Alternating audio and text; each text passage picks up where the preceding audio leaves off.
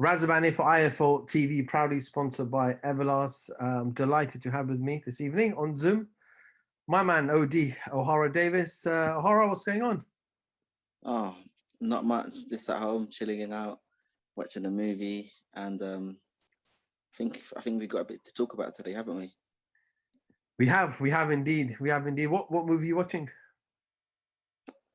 This film, I'm not sure what it's called yet, but it's one of those like psycho films where the guy gets obsessed about a girl, and then Okay, he ends up stalking her and then trying to kill her. One of those movies.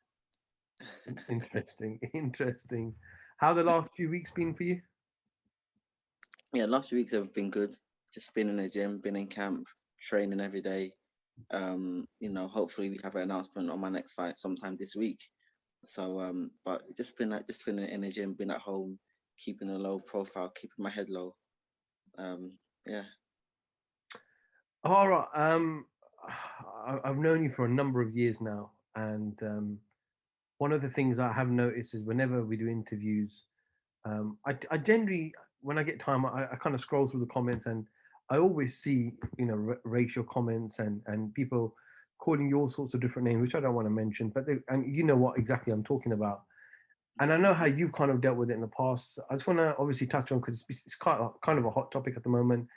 The yeah, England national team done amazing for the country. They got themselves to the final. Such a young team as well, and a lot of abuse has been given or thrown towards some of the players. hmm Um, Firstly, obviously, I know you follow football as well. They did very well, obviously, but when those penalties were missed, what was going through your head? Did you think that it's coming, it's going to happen? as soon as they got missed, I knew automatically. It's not just me; everyone knew. Everyone knew what's next. Like I remember seeing a tweet where someone actually said, "If you're black and you're in a pub right now, just run," because everyone knew what's going to be coming next. And racism has always existed, it's always been here. Um, I thought it would have been less. I thought as time goes on, it will be less and less and less, but it's not. It seems like it's been getting worse over the past few years. And it seems like as soon as a black individual makes a mistake, he gets called a black this, a black this, a black that. And it's like they love us when we're doing good. They love us when we're bringing success to the country. But when you make a mistake, what's really truly in their heart comes out, and is really sad to see. I spoke to Spencer Farron earlier today, and he said to me, nothing's worse than being a racist and a hypocrite. And what he meant by that was, for example, Raheem Sterling was doing unbelievable for the whole Mm, campaign. I think our top goal scorer. Yet the headlines were about other players. mm. Um, and if Raheem Sterling did something wrong, they've gone from cheering him to then obviously to booing him. What are your Yeah. thoughts? Um, you know, he's one that gets it on a different scale. I've been following him for the past few years. I've been following him, and I've just been seeing how the media attack him. This guy done a good thing. He bought his mama house, and then the headline is Raheem Sterling splashes out and buys a big house for himself, and he's trying to stunt and blah blah blah. And the headline actually made it seem bad when he actually done a good thing, buying his mama house. And it's not just him. Other players, the media, they will take the good things they do and they'll make it look bad, but then bring a white guy that does the same thing and they'll make it seem even better than it actually is. And racism has been going on for so long, where I try to ignore it sometimes. I get racial comments in my DMs and all the time to this day I get it, but I try to ignore it as much as I can. But sometimes it's like, come on, it's a bit too blatant now. A lot of these people are not even hiding their Instagram profiles. A lot of these guys have got their face in their full account, their pictures. You can see that these guys is like, I can see where they work, how they look. Now these guys are so brave. They're not even taking the effort to hide their face no more. They're just out there blatant racist, saying, "Yeah, you black this, you black this." They don't care no more. And something's got to change soon, because if something doesn't change soon, um, I don't see any good coming out of this. Ohara, as a fighter or as a football player, people, the ordinary person can critique performances and critique what they think one should have done. But to discriminate openly and point towards the color of one's body, etc., why has it got to this stage? Why are people so open about it? I don't understand it myself. I don't understand it myself. I feel like if a football player doesn't do good and he's black, criticize the way that he played. Don't say he's black this, black this. When you say that, then you're just exposing what is in your heart. A racist. You're a racist person, and they expose themselves when a black person makes a mistake. That's when they expose themselves. But I don't know where it comes from. I don't know if they're taught it by their parents, by their grandparents, or I'm not sure where they learn it from. But I find it hard to understand how you can hate someone because of the color of their skin. I like, to this day, I never look at a white person or an Asian person and be like, I hate this white or I hate this person because he's Asian. Like, no, we're all human beings. We all bleed the same blood. We all got two eyes, two hands, 2 feet. The only difference is our skin color. How can you hate another person because of their skin color? And even after the game, I was seeing a few videos where I see black people getting attacked, black people on the streets getting attacked by the white people because they're black. And I'm like, the fact that the England players that were black missed the penalties, it just brought out a lot of what's in these people's hearts. And from now on, I'm not going to be supporting England no more. I wanted England to win, but after seeing what's been going on the past 3 or 4 days, I'm not going to be supporting England no more.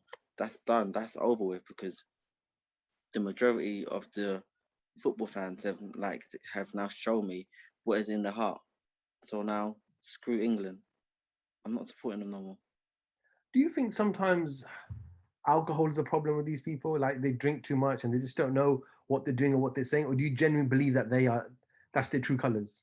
How can alcohol turn you into a racist? Like, I've been drunk once in my life. I never went around finding white people saying you white cunt. When I'm drunk, I say what's really on my mind.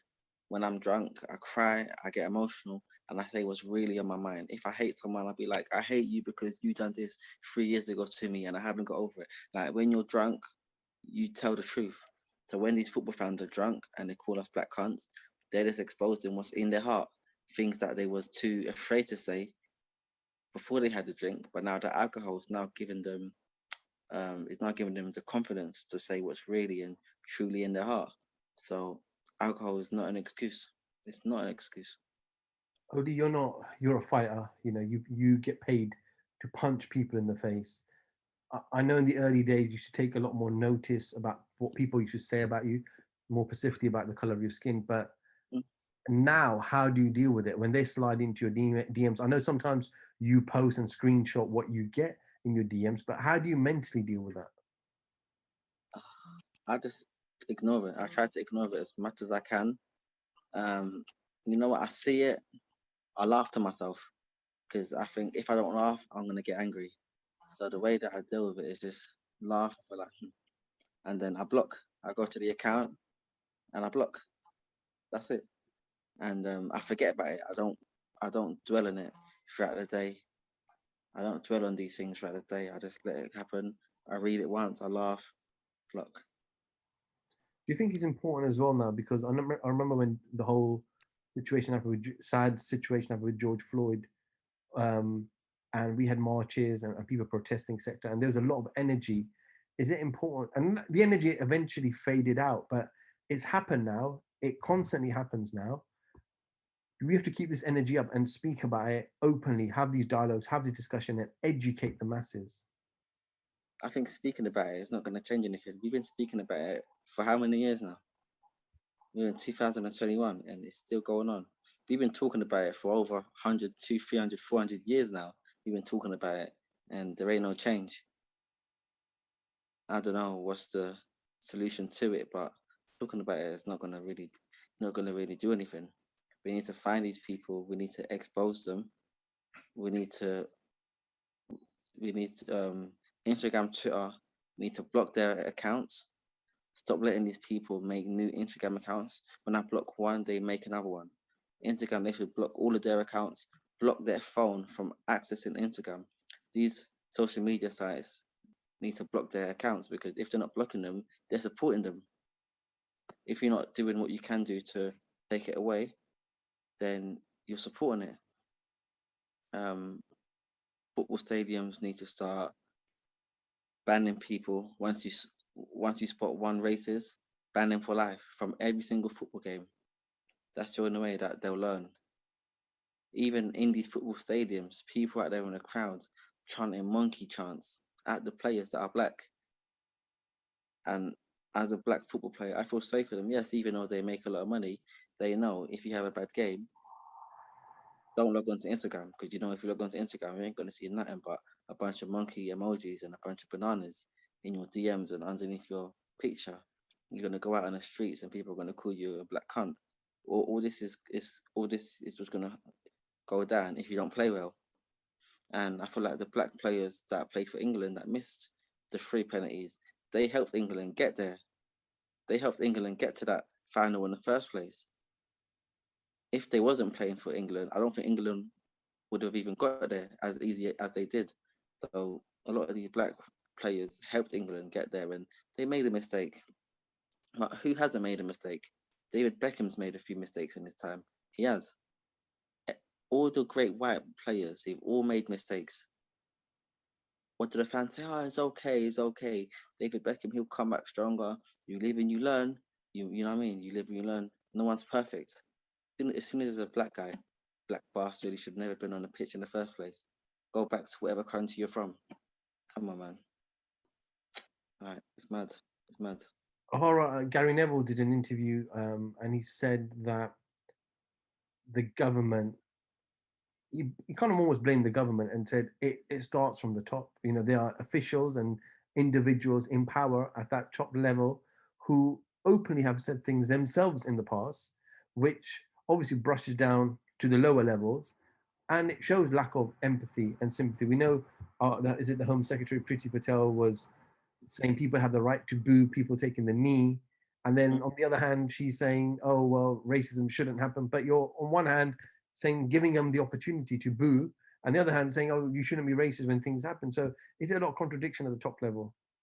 Listen, these people are not against it. If it was really against it, they will do what they would do to stop it happening. But they act like they're not supporting it. But then on the other hand, they act like they are supporting it. Like they're playing both sides. You can't play both sides. The way I see it, all the leaders, the people that run our country and the governments, they all support it. And they most probably share that same mindset. Because if they don't share that same mindset, they would do a lot more to stop these things going on. They would do a hell of a lot more. But at the end of the day, they don't care. They don't care. They just wait until the black people all start rioting and acting, and then like acting out, defending themselves, and then they say, "You see, we told you these black people don't know how to control themselves. They're all criminals. They're all this. They're all that." And you know what? But they're they're the ones that are pushing people that are black to act out in a certain way. And then when they act out in that certain way, they say, "Oh, look at this person. Look at this black guy doing what we all knew that they're known for, violence." But sometimes it's like violence is the only thing that will change anything. When you get a white person in your DMs calling you a black bastard all the time, when you see him, I'm not gonna want to shake his hand. I'm gonna want to slap him in his face. And then when I slap him in his face, they make me a statistic. It's a bit mad. Horror, It's a bit mad. obviously, Saka, who missed the last one, he's 19 years old, you know, representing his country at the highest level. Sancho, I think, is 22. Rashford's 23, and Rashford done so much for Mm. not just the black community outside of football, but the whole country. You know, in terms of supporting and food allowances and feeding the homeless and stuff like that. So, you know, I know all three lads are quite down at the moment. But if you had a little bit of advice for them if they were watching, what would it be? Um, keep your heads up. Keep on doing well. Don't let what's been going on in the media and social media to put you down. Don't allow these things to change your heart. Keep your heart clean, keep it pure. Continue to help those that hate you. Just because these guys don't love you and they might say bad things about you, continue to help them. Because if you hate other people that hate you, it makes you just as bad as they are. So you have to show these guys, you know what? I'm on a different level. I'm going to help you guys that hate me. I'm going to show them love. That's how you prove to yourself and to the world that you've got a clean and a pure heart. That's what I'll say to them. But to handle it, I can't imagine what they must be going through right now because they're the talk of the country, and not for a good reason, but for a reason that isn't their fault. No, absolutely. Ohara, I know we can speak about this subject all day and all night, and I know it's not going to go away. And it's quite sad that we're talking 99% about racism in society and not the reason why what we normally talk about, which is boxing. So I do hope that society can improve, and hope parents can educate their children, because I think that's where elements and it starts from. Always a pleasure catching up with you, my man, and we'll certainly look out for some fight news, hopefully this week or next week from you. Thank you. Ohara Davies, IFL TV, thank you very much.